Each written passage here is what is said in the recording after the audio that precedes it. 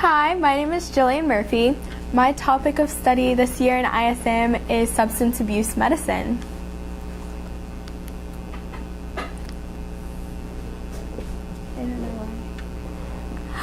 Okay, so I'm going to start with my quote. My quote is, "Take me deeper than my feet could ever wander so that my faith would be made stronger in the presence of my Savior." And this is actually a song called Oceans by Hillsong, and it was playing over the summer when I got my call to ministry.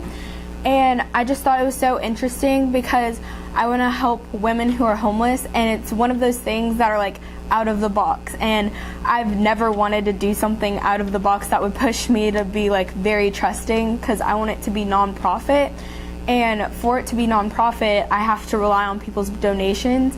So it's like just walking farther than I ever thought I'd have to go, trusting in people and just being able to know that God will take care of everything.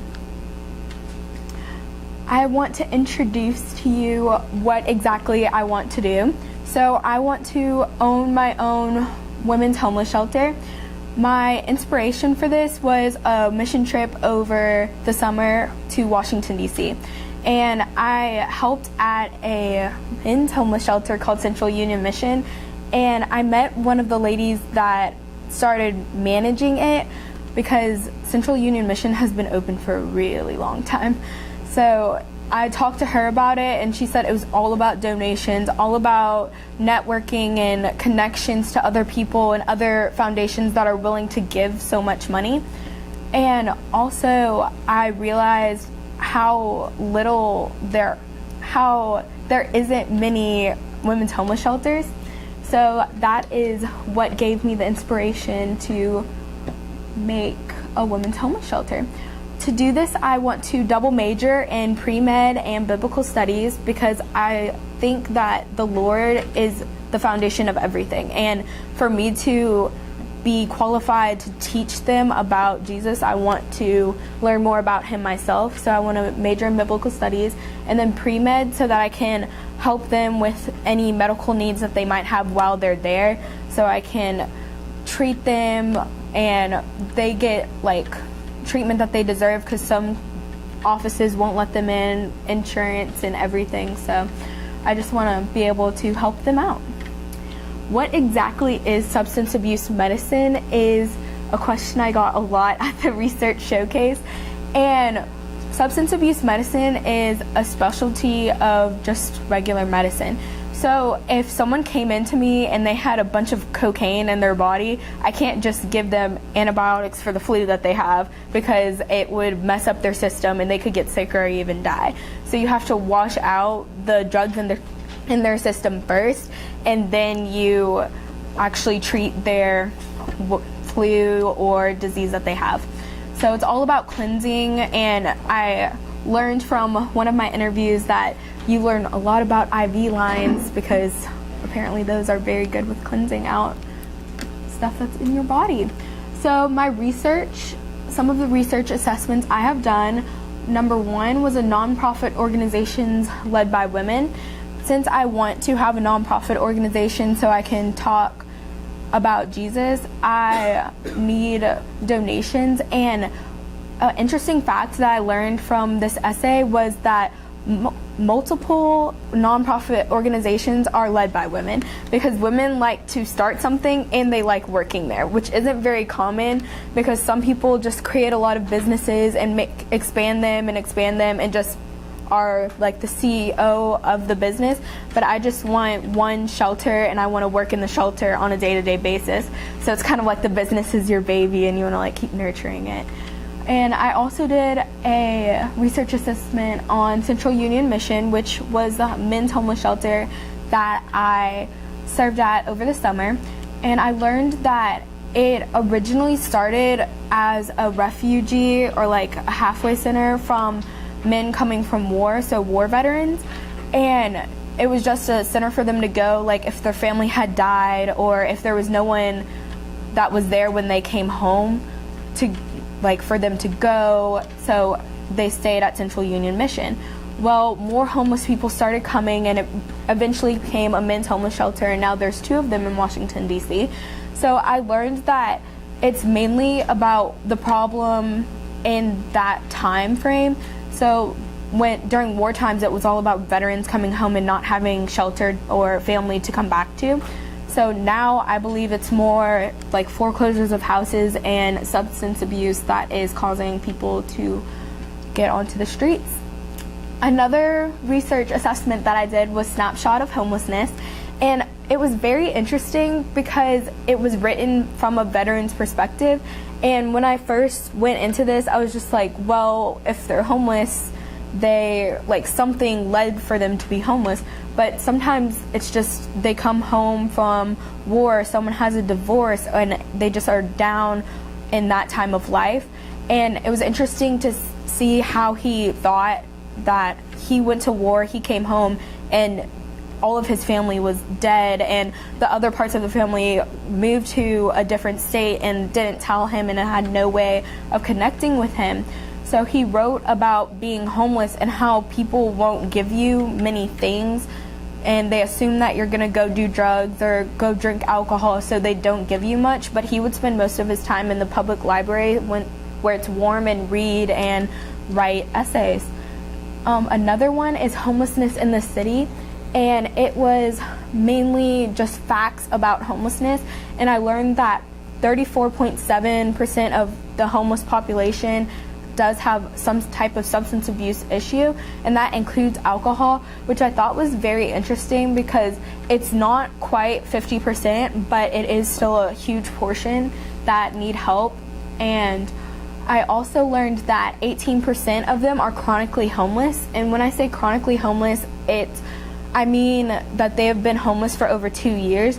So some people are homeless for like 3 months, and they just have a situation happen, and then they're live in their car for a little while, and then they get out of it.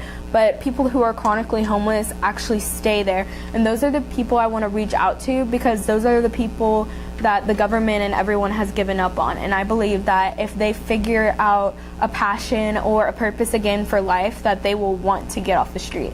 But right now they have no reason to. And the last research assessment I did was on Rebecca, and I had an interview with 2 people from Restored Hope Ministries, and Rebecca was their inspiration to starting Restored Hope Ministries. So I researched more about her, and she became homeless she was kicked out of her home.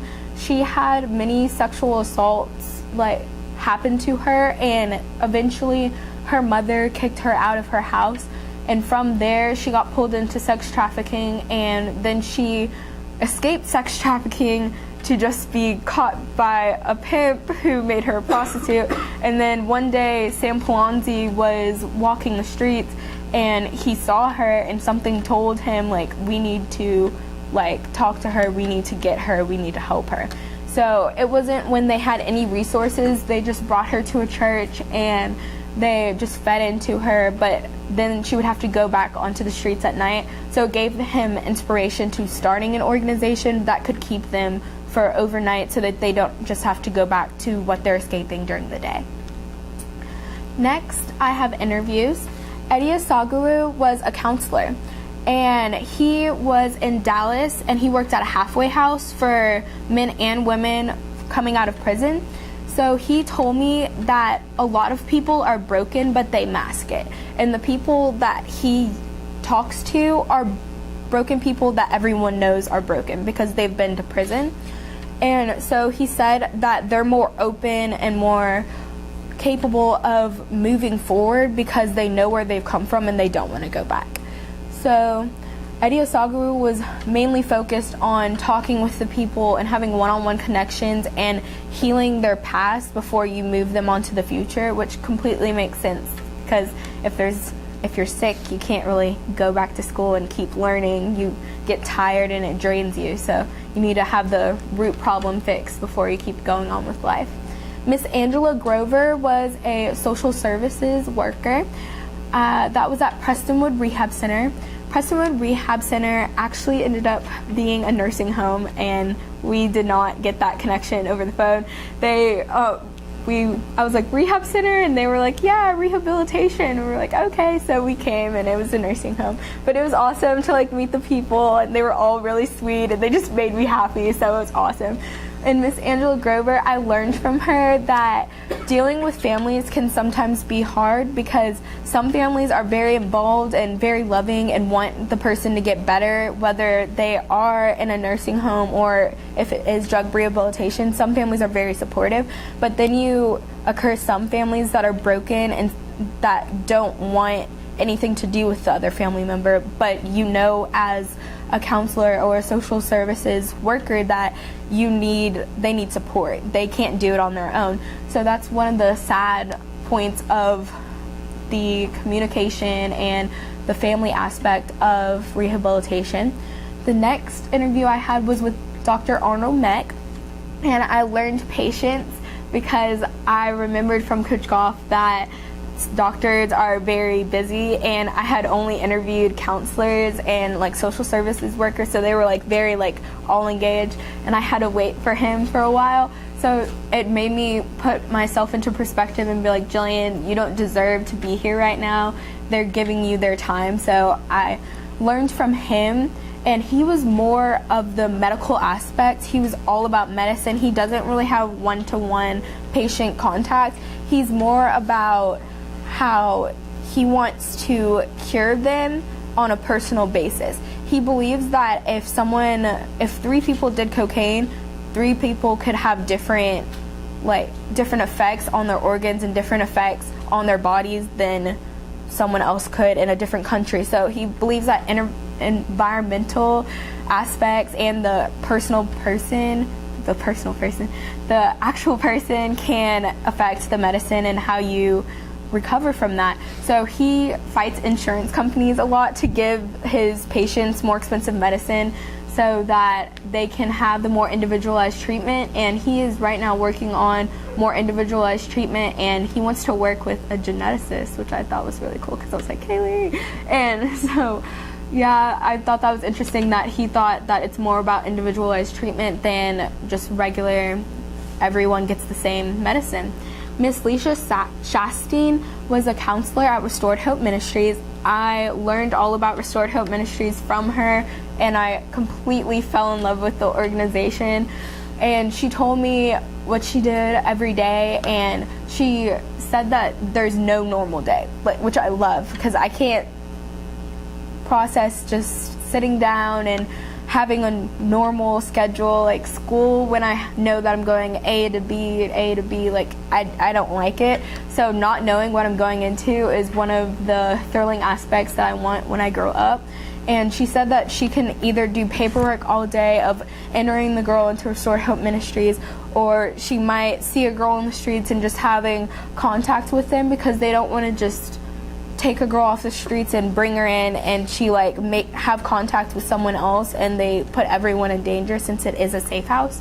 So I thought it was very interesting that she said that she wants to meet with them and have contact with them before she just brings them in. And she also leads Bible studies at Restored Hope Ministries, and she sees the women learning about Jesus and moving on with their faith, which I thought was amazing. And she just nurtures the ladies, which I absolutely love.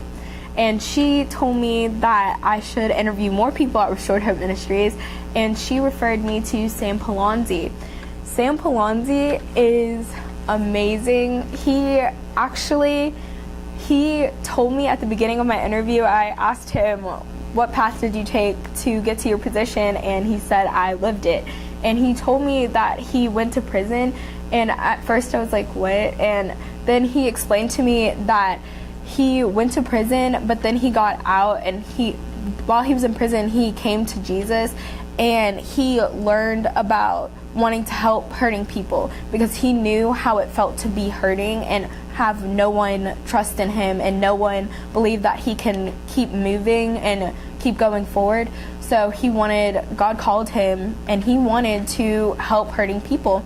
So when he got out of prison, he immediately started working at a church and serving, and they had a Bible study where they met Rebecca, and they brought the women in and they would minister to them and give them dinners, but then they'd send them back on the streets at night.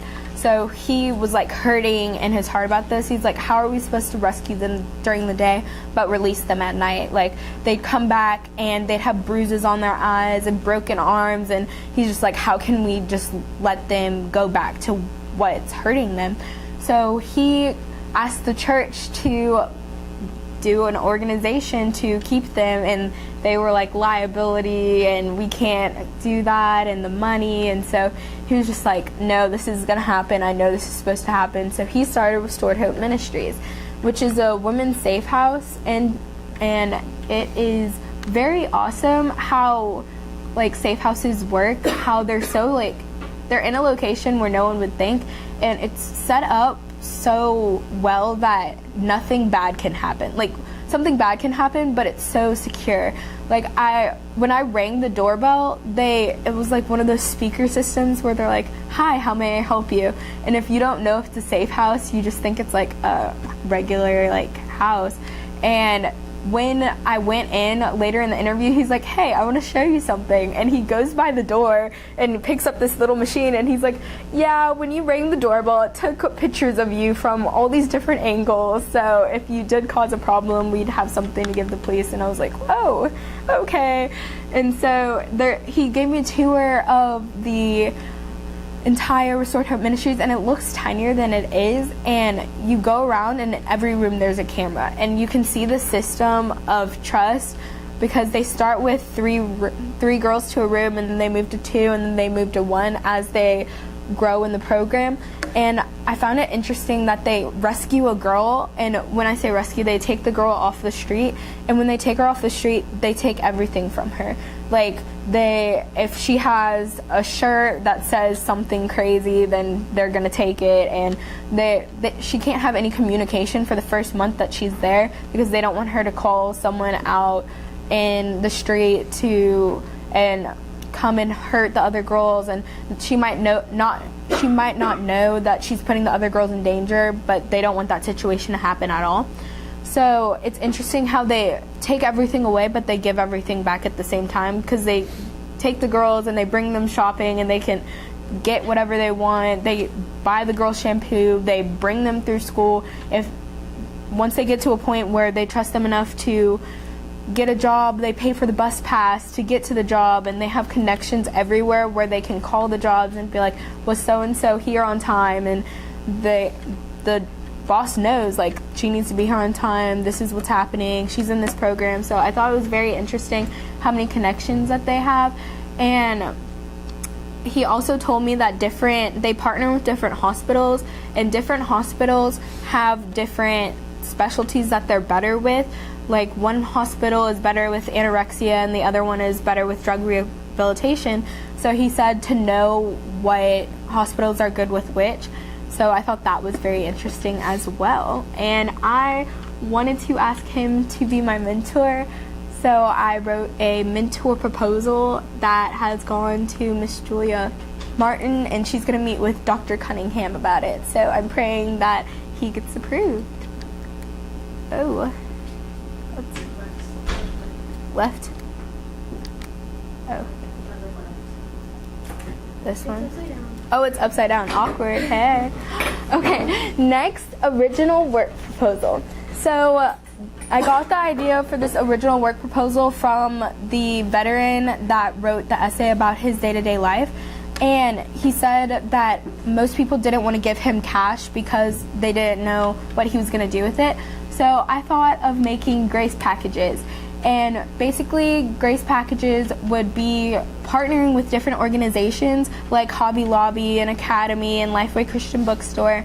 And I want it to be like a drawstring bag, and it have like a blanket and a Bible and a list of churches and a cup that has the logo on it. And I want to partner with Babe's Chicken and Chick-fil-A and have them, when they see the logo, to give them free food and free drinks so that they have somewhere to go when they're hungry, because I believe that it's very important to eliminate their physical needs first before you try to rehab where they're at and like try to bring them out of their homelessness. They need to feel that you love them, that you actually care about them.